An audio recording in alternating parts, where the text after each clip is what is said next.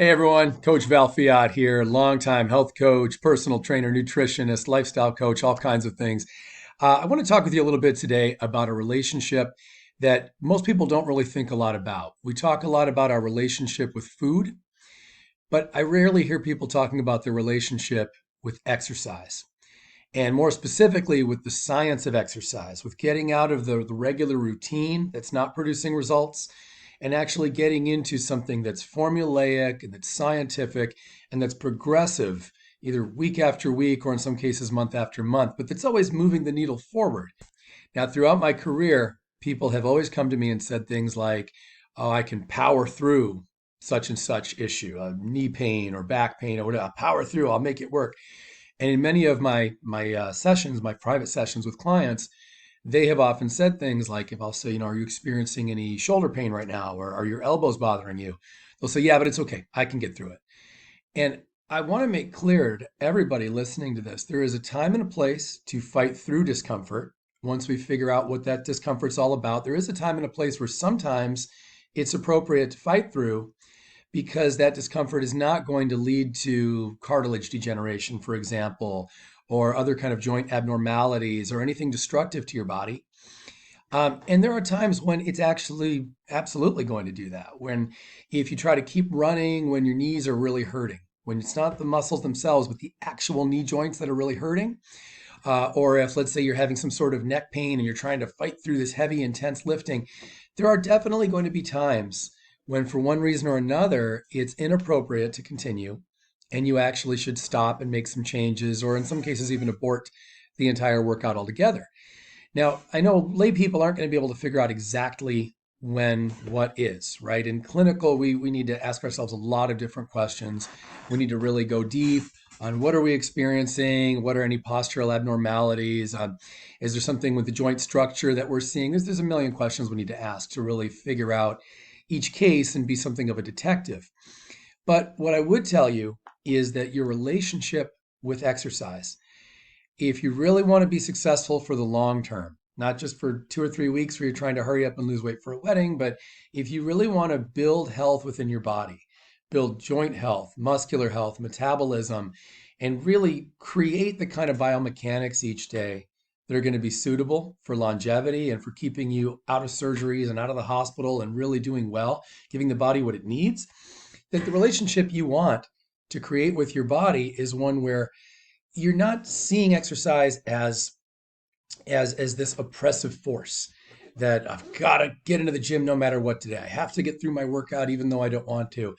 You really want to create uh, a nurturing relationship with your own body where exercise is your friend, and that it doesn't have to be this kind of, I use the word oppressive, but it doesn't have to be this kind of, I committed to running 5 miles today, so no matter what, by hook or by crook, I'm going to do it. It's good to build discipline, but it's not good to fight through pains or warning signs that are suggesting that you're actually damaging your body instead of helping it. And so you're not there to punish yourself. You don't want to think about your workouts as I have this static list of things I'm going to do. So no matter what, this is what I'm doing. And I tell my virtual video clients this as well, people who are working with me, but not in real time. They're working just on the app where I'm programming their workouts. I make very clear that if you're experiencing knee pain during this, or if your shoulder hurts during this, we're going to go to these changes. There needs to be a plan B, a plan C, a plan D, so that you can still be productive, but move away from things that could be potentially damaging. And when I say things, and I think this is really important for you to understand, is almost any part of your exercise prescription can be potentially damaging if not done just right.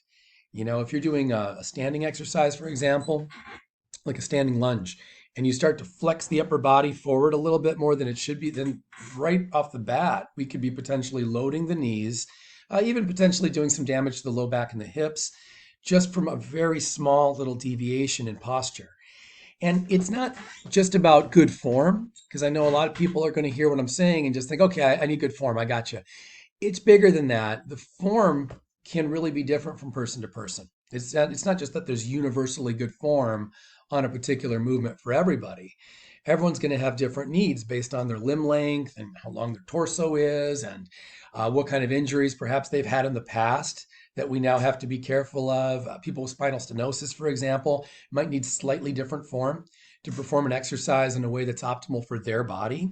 So what I'm telling you here goes way beyond form, but I think it all starts with the one key principle at the top, and that's before you're doing anything in exercise science and fitness, you need to really understand that you're working with your body, and that just because you told yourself or a trainer told you that you needed, say, 12 reps and 3 sets of a certain exercise, well, it doesn't necessarily mean that that's always going to be appropriate. There might be times when the best thing for your body is more, when perhaps a fourth set is more appropriate, or 13 or 14 reps would actually make more sense for your end goals and for your physiological health needs as well.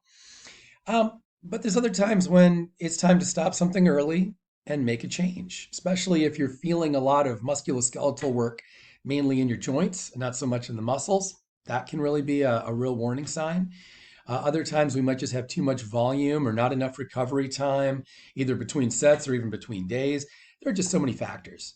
So please, if there's one big takeaway I want you to have from this video, it's to think about your exercise progression as your friend. It's not an enemy. It's not an oppressive force that is going to tell you, you have to do this or you're a bad person. That's not what it's about.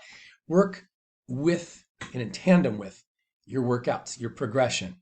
And when it's time to make little changes for whatever reasons, if those changes are clinically appropriate, then make those changes. Don't feel like you have to be stuck by a certain set of rules or something that you put on yourself. Now, I know, again, like I said earlier, for lay people, you don't really know exactly when to make what changes. And of course, that's when a top coach comes into play. I'm always going to tell you, if you're going to hire a coach, I'm going to recommend someone from PPT, from our company, either working with myself or with one of our staff. With PPT, we've got some of the best people out there. But regardless of who you choose, make sure you're getting someone who has the proper college background in health science, exercise science, someone who's really deeply studied the body and what the body actually needs, and not just someone who has a sports background or who looks particularly good. And I would also say make sure you're really working with a coach who is applying the kind of principles I've talked about here today. A coach who really does deeply understand that you need to be working with your body and that exercise is not punishment, but it's something that is building health intrinsically inside you. If you find a great coach who understands all of that, then I think you're going to be in really good shape. All right, thanks so much, everybody. Let me know in the comments if you have questions. And my team and I are always here to help. Have a great day.